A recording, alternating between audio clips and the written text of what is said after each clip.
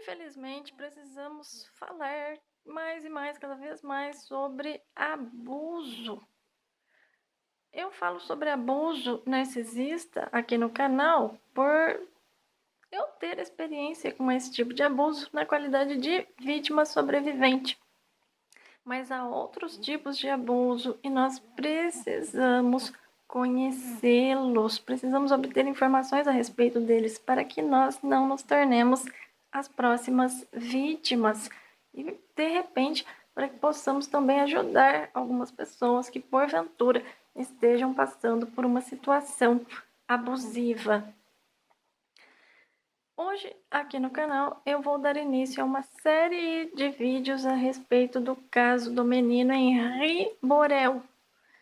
Caso este que vem comovendo o Brasil e o mundo, não só por se tratar da morte brutal de uma criança de apenas 4 anos de idade, mas também por estar inserida de alguma forma na cena do crime a figura da mãe. Uma mãe que foi diagnosticada narcisista, desde o primeiro momento em que o caso chamou a atenção da mídia. Vou tecer as minhas considerações a respeito deste caso com base na entrevista de uma psicóloga e neurocientista do comportamento.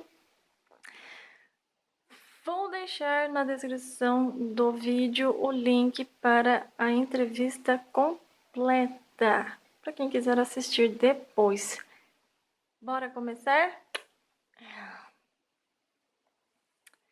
A psicóloga se chama Lucinete Golabi. Ela começa explicando o que é transtorno. Transtorno é o jeito de ser da pessoa. E é um jeito de ser que causa muito sofrimento, não só ao portador do transtorno, como também às pessoas que estão à sua volta, principalmente as suas vítimas sobreviventes. Quem acredita em vida após a morte, em reencarnação, acredita que essas pessoas narcisistas, psicopatas, etc. e tal, possam mudar. Ótimo.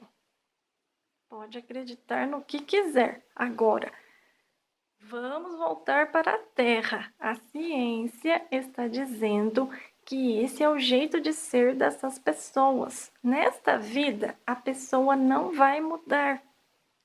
Nem amando muito, nem sendo muito carinhoso, não.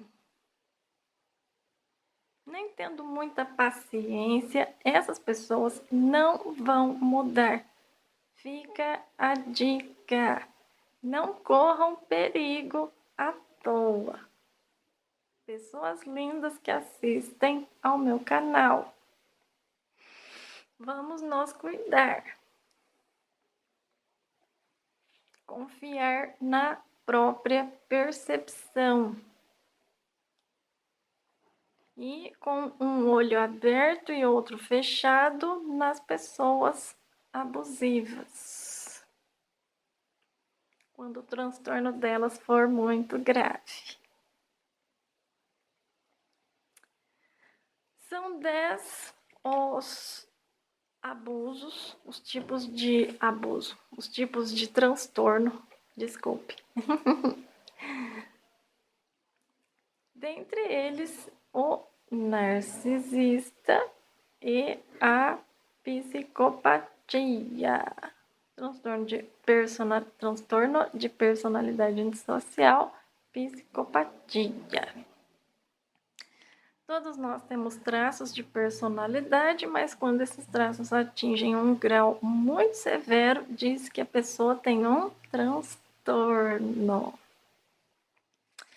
Agora entrando um pouquinho mais no caso do menino Henri Borel. O que chama a atenção neste caso é a frieza da mãe e a crueldade do padrasto. Mães normais protegem, cuidam dos filhos. No caso da Monique Medeiros, ela, em vez de proteger o filho daqueles abusos sofridos, porque ela sabia muito bem o que o padrasto vinha fazendo contra a criança, mas em vez de proteger, ela entregou o filho nas mãos deste predador.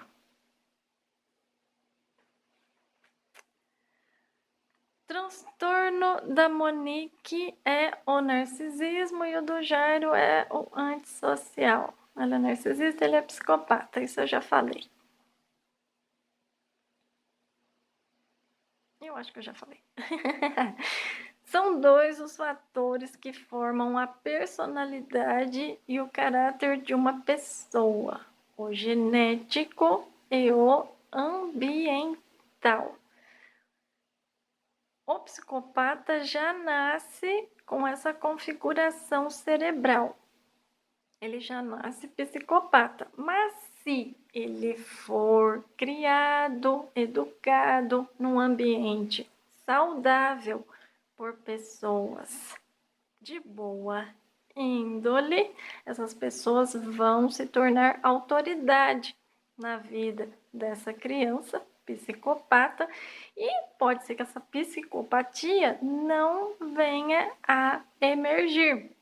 Ela pode ficar controlada, não tenho certeza, mas acredito eu. Agora, nós sabemos há notícias falando a respeito de que o pai do padrasto é chefe de milícia. Então, muito provavelmente o Jairo, ele foi abusado na infância e acabou se tornando um abusador quando adulto.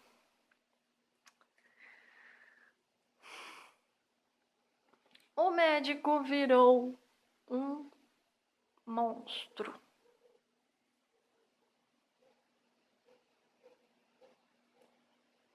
Tanto a mãe quanto o padrasto não têm empatia, ou seja, não enxergam o outro nem a dor dele.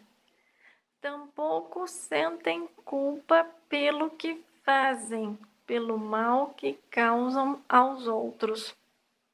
Eles transferem a culpa para suas vítimas. A culpa é uma forma, é um meio, é um instrumento de manipulação do abusador narcisista. Lembrando que o narcisismo e a psicopatia estão ali, ó. Eles são muito parecidos.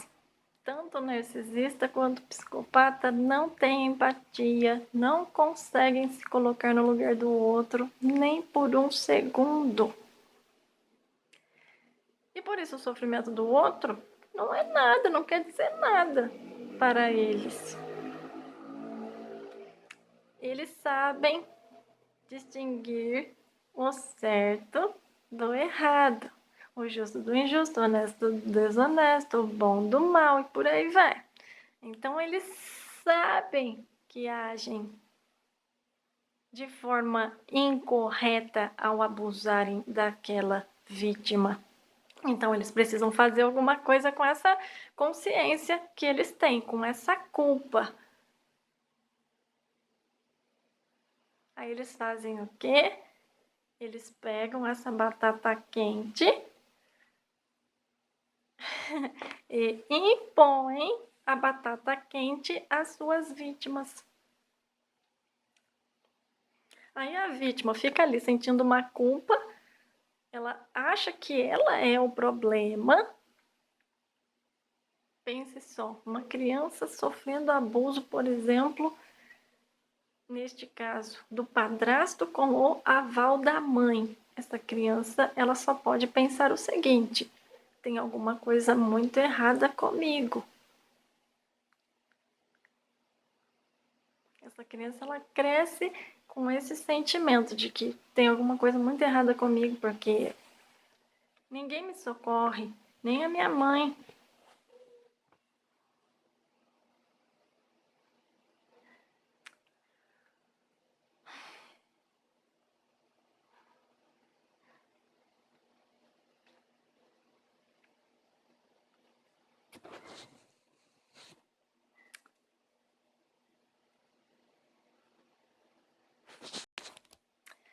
Essa criança vai crescer achando que o problema é ela, é com ela. Porque o problema mental, muitas vezes, ele não é visível. Nem sempre um problema mental vai incapacitar o portador. As pessoas pensam assim: imagina que essa pessoa tem problema. Isso aí é safadeza, isso aí é malandragem. Já estão inventando um transtorno para o padrasto, para a madrasta, para eles não receberem a punição devida, de acordo com a lei penal.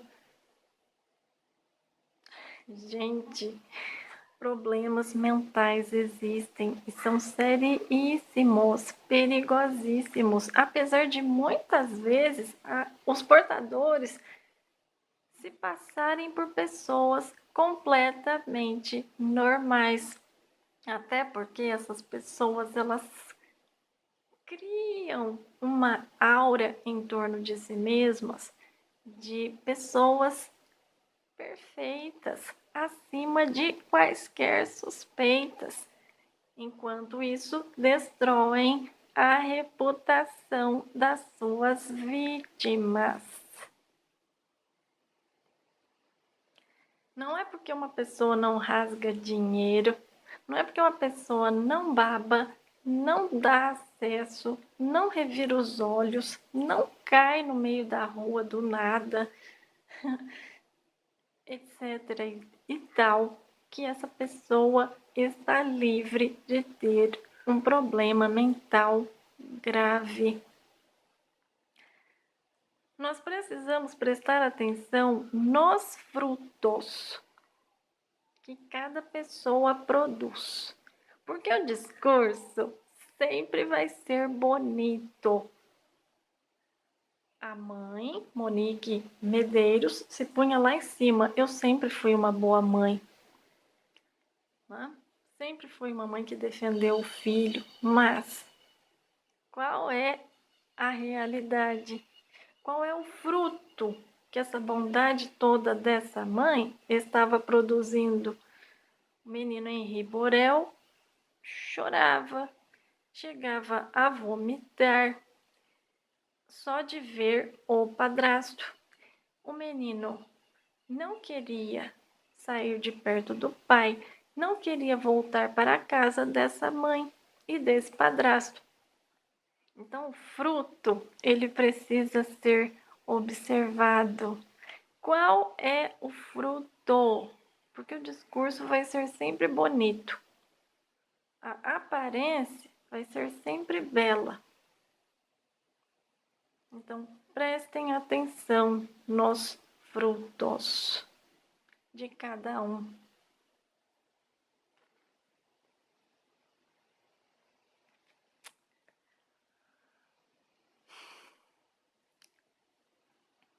A mãe do Henri chorou na cadeia por causa de si mesma, por estar presa, por ter perdido aquela vida de luxo que o vereador podia dar a ela. Não foi por ter perdido o filho. Filho este que para o narcisista não existe, só existe o narcisista. No mundo do narcisista só existe ele. Ele delira o tempo inteiro? Não. Principalmente quando a gente não dá confiança ao narcisista, ele começa a delirar, a provocar, a querer criar confusão no ambiente e você não entra, você não cai na provocação dele, você não se deixa levar, mas você passa a conduzir o relacionamento com essa pessoa, o narcisista volta para a terra imediatamente, ele não fica lá delirando. ele volta, ele cai na real. Mas de todo jeito, o narcisista só existe ele. No mundo dele só existe ele. Não tem lugar para filho ali.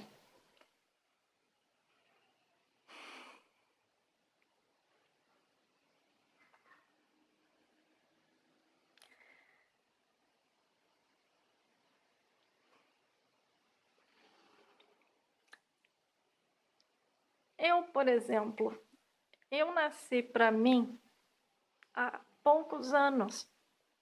Eu não tive uma infância, uma adolescência, o início de vida adulta normais.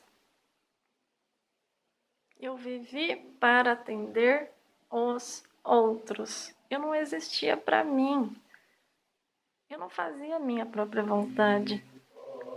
Eu só comecei a fazer a minha própria vontade aos 29 anos, quando eu descobri e aceitei que meu calcanhar de Aquiles na vida era o abuso narcisista.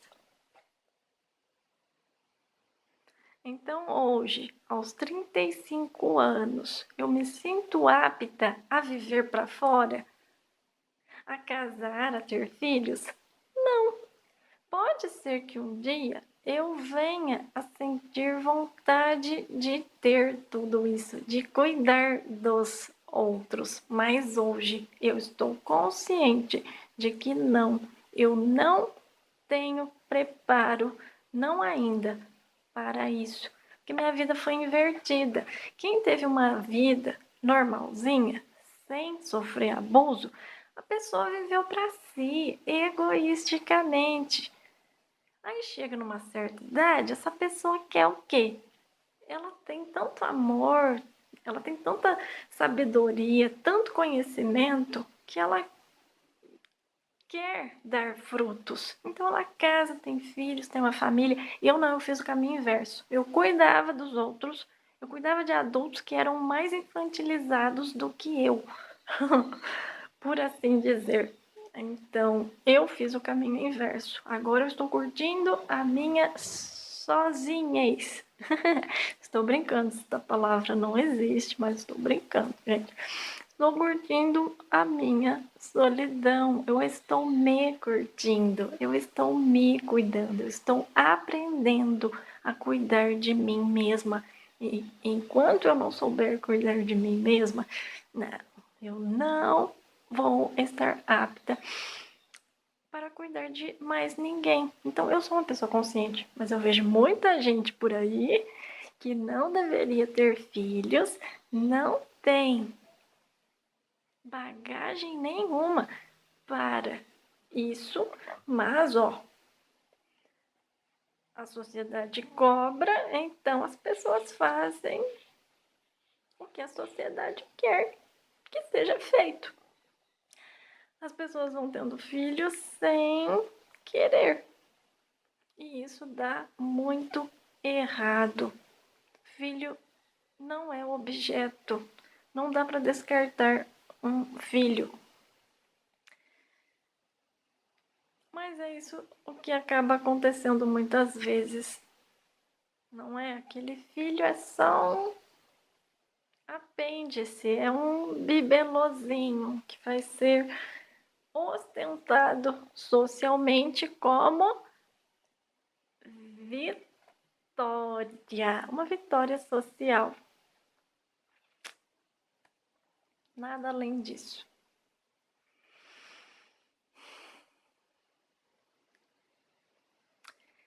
Narcisistas têm uma preocupação muito grande com a própria imagem, com o que as pessoas vão falar deles. Narcisistas querem ser aplaudidos, gostam de chamar a atenção. Por isso vivem uma vida de fachada, exibem uma vida que não é real, já que não sentem nada não tem sentimento, então eles vão aparentar esse sentimento. Quem não tem essência vive de aparência, não é verdade? Quando eu comecei a falar sobre abuso narcisista aqui no canal, eu me lembro de ter gravado vídeos sobre isso. Narcisistas costumam ter uma vida muito bem sucedida socialmente. Nem sempre há narcisistas de todos os tipos, de todas as classes sociais. Mas quando eles se tornam bem-sucedidos, são pessoas acima de quaisquer suspeitas. Então eles conseguem obter tudo que a sociedade diz que nós devemos ter para sermos felizes. Eles se casam, têm filhos, uma boa profissão, uma boa conta bancária, uma vantajosa conta bancária. Mas a harmonia do casal, aquela felicidade, ela é artificial, ela não é verdadeira. Por quê? Porque narcisistas não têm sentimentos. E eles sentem inveja daqueles casais que são casais de verdade. E muitas vezes tramam para que o relacionamento verdadeiro desses casais que se amam chegue ao fim. Ai, parece novela, não parece? Parece filme, mas é isso aí mesmo. Nas novelas, os filmes estão assim, ó, de narcisismo. As pessoas ficam lá, hipnotizadas, de olho nas telinhas, só aprendendo aquelas maldades. Aí depois é reproduzir aqui. Ah, ai, no mundo real.